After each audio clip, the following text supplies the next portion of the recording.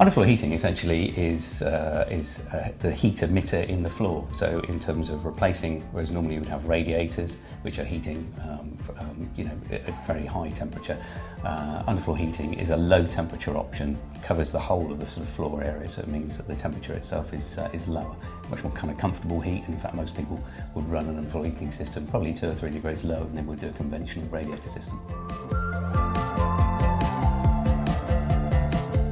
Every house has got the potential to have underfloor heating, whether it's wet or electric.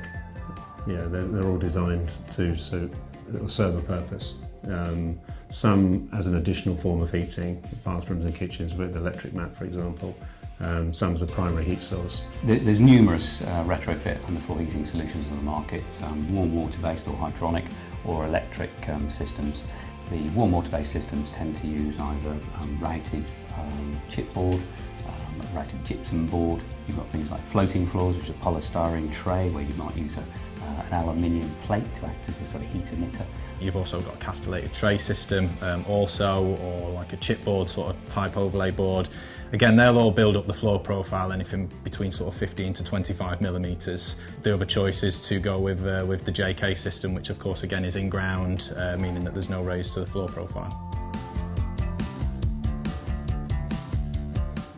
The main element which makes us different than many other systems in the market is that we are actually working with the existing subfloor construction.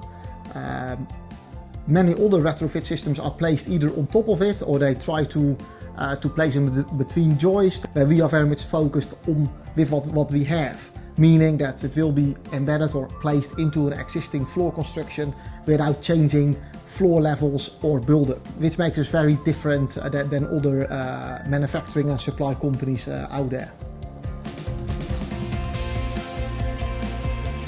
If it is something like an overlay type system, most of that is only a design and supply type product, which then needs to be laid by a professional ideally.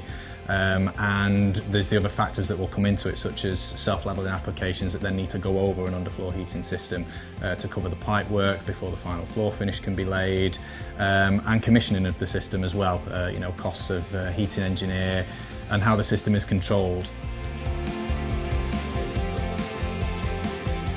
Wet system underfloor heating is primarily a low energy heating. It's a very low demand from whether it be a boiler, combination boiler, conventional boiler, or ground source or air source heat. The demand from the heat source is very low, so therefore environmentally it's ideal, economically it's ideal. You've got much lower running costs compared to radiators, on average up to 30% in saving on your heating bills. The heat demand is so much lower. It's a far more beneficial way of heating the area, so it's an ambient heat that heats the whole area evenly. There's a reduction in dust because you don't get the oscillating heat of a radiator, you don't get the dust build up around the back of the radiator, which then gets forced around the room. Things like stone, marble, any sort of solid tile is ideal really, because it's acting as that heat sink, that heat emitter, and will soak up the heat and store it. But also you can use engineered board, and a lot of the companies actually now specify their engineered board with regards to underfloor heating. Things like carpet you can use, but there are maximum sort of tog levels for both the carpet and an underlay combined, which is about 2.5 tog as a maximum, because obviously you're putting an insulator on top of it, so it's not ideal, but you can still use it, but you have to sort of go by those guidelines.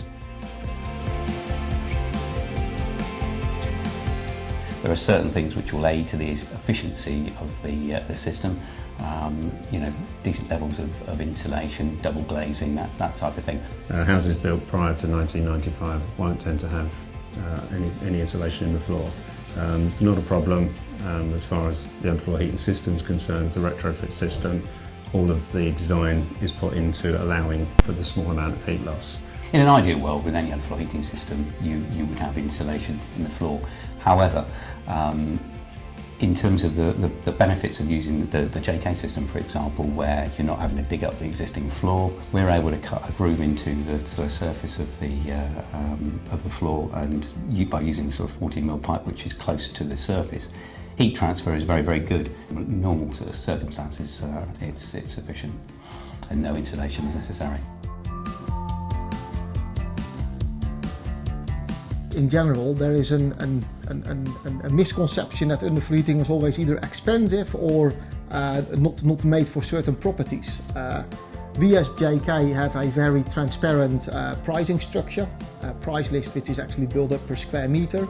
If you have a property, 50 square meter ground floor project, the total cost for us to come to the house to do the install will be around £2,000 in total.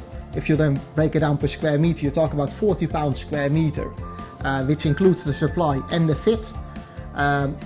Again, if you go up to larger areas, that will reduce the pricing. If you go to smaller areas, it will increase the pricing. And it works for many systems in a very similar way. The quantity, the total square meters will affect directly the cost per square meter. And there's a difference by cost per square meter if it comes down to supply only or supply and fit, where we are always the supply and fit. Most systems can be fitted in a day or sort of possibly sort of 2 days. The sort of JK model is that we come in, we rag the floor, lay the pipe work back to the manifold which is there fitted for you. We fill it, test it, and then that's the system sort of installed. And then what we require, or what the customer requires, is for a plumber to come in and to fit sort of primary pipe work to actually sort of feed that manifold from the heating source. Underfloor heating systems are not subject to maintenance, or there's not much maintenance involved. The underfloor heating systems are connected to your central heating system. Your central heating system is subject to an annual check, and therefore the underfloor heating system is then automatically part of that service.